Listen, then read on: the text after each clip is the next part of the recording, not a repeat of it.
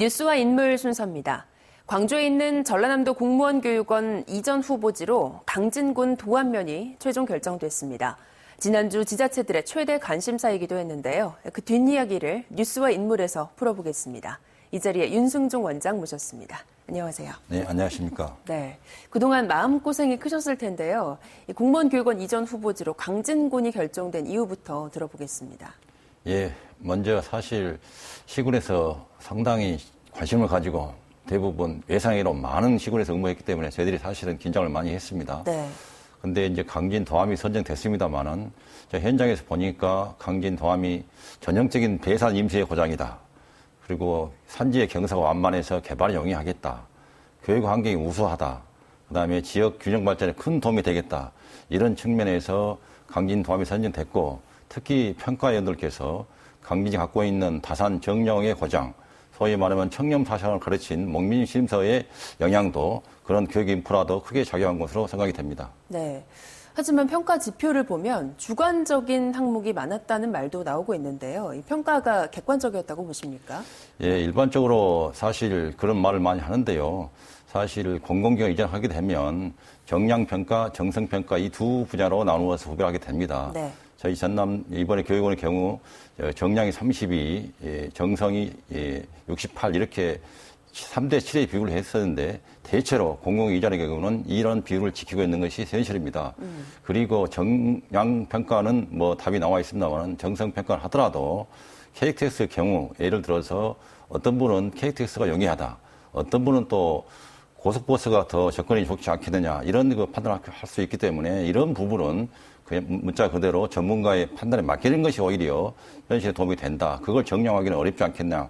이런 생각 때문에 저희들이 그렇게 추진했고요. 네. 또 저희들이 사전에 평가 지표를 충분히 공개했기 때문에 그런 그 평가 점수를 높이 받을 수 있는 그런 지역에 뭐 후보지를 제출했으라고 보고 평가위원들도 사실 그 점에 상당히 공감을 하고 있고요.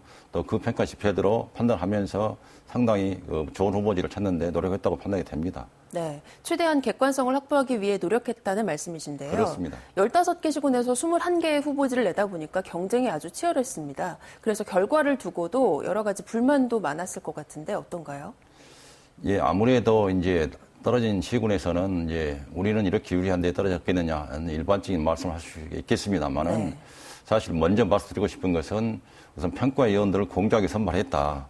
저희들이 이제 많은 모수가 있습니다만은 관내에서 하는 50명, 관내에서 하는 50명 이런 전문가를 모시고 그 중에서 A비율을 뽑아서 30명을 대상으로 해서 시군 관계관들이 직접 번호표를 통해서 10명을 선발했습니다. 그래서 평가위원 선정에 있어서 공정했다. 두 번째 이제 평가 지표를 하는 과정에서 이제 최근에 언론에 보던 바와 같이 동부 지역의 모 시군에서는 우리가 건물을 지어주겠다, 통큰 기부를 하겠다, 민간기업협의회에서 이런 문제. 그 다음에 우리 서부권의 모 시에서는 지역 낙후도가 우리에게 너무 불리하지 않느냐 이런 판단이 있었습니다만은 지역 낙후도를 대처할 만한 지표가 KDI 지표밖에 없기 때문에 불가피하게 그것을 시군에서도 이해해 주시면 좋겠다 그런 말씀을 드립니다. 그래서 저희들이 평가지표 선발이나 평가위원 집행에 있어서 공정하고 투명하게 했다.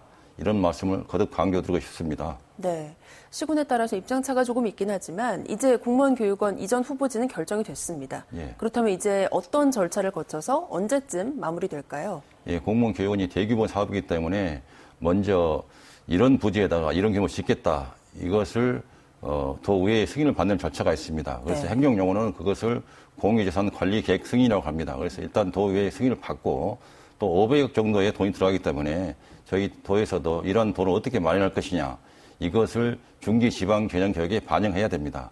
이게 순조롭게 되면 2017년 말이나 2018년 초에 실시설계 들어가서 착공하고 2020년 이전에 완공해서 입주할 목표로 추진을 하고 있다는 말씀을 드립니다. 네, 2020년에 완공될 예정인데요. 그렇다면 이 새 공무원 교육원에는 어떤 시설들이 어떤 규모로 들어서게 될까요? 예, 가장 중요한 것이 이제 교육 관련 시설이라고 되겠습니다. 저희들이 한 500석 규모의 대강당, 그다음에 200석 규모의 중강당, 그다음에 100석 이하의 소규모 소강당을 한 13개 정도 짓고요. 그다음에 생활관이라고 해서 이제 공무원들이 숙식할 수 있는 장소, 그다음에 식당에서 한 250명이 수용할 수 있는 식당, 이걸 짓게 되고요. 그다음에 이제 각종 생활체육시설을 짓게 됩니다. 이 생활체육시설은 뭐 쉽게 말하면 축구장, 정구장, 테니스장 이런 건 되겠는데요.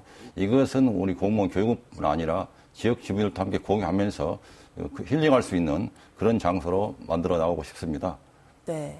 공무원뿐만 아니라 주민들이 함께 즐길 수 있는 장소가 되겠다라는. 예, 그렇습니다. 특히 네. 이제 생활관을 예를 들면 저희 도에서는 아직 계획입니다만은 공무원만 평일에는 이제 공무원들이 숙식을 하고 주말에는 예, 주민들도 이용할 수 있도록 콘도식으로 지어서 경영 면에서도 수익 면에서도 저희들이 공유할 수 있는 그런 전략도 생각하고 있습니다. 네. 이제 마지막 질문이 되겠습니다. 끝으로 저희 이 시청자분들께, 시도민 여러분께 공무원 교육원 이전과 관련해서 드리고 싶은 말씀이 있으시다면 한 말씀 해주시죠. 예. 이제 뭐 교육원 후보자가 선정이 됐습니다. 우리 도 입장에서는 오랫동안 광주에 있던 교육원을 전남 관내로 옮겼다. 이런 측면에서 우리 도민 모두가 지역 균형 발전에 도움이 된다는 측면에서 환영해 주시기 바라고요. 앞으로 공무원 교육원이 지역 주민과 협력해서 지역의 농산물을 소위 말하면 구매해서 식당에 활용하고 네. 체육시설을 공유하면서 지역의 싱크탱크로서 또는 공무원 청렴시설로서 이런 이상적인 교육을 운영하는데 앞으로 최선을 다하겠습니다. 시도민 여러분의 큰 협조를 부탁드리겠습니다. 네, 오늘 말씀 여기까지 듣겠습니다. 고맙습니다. 네, 감사합니다.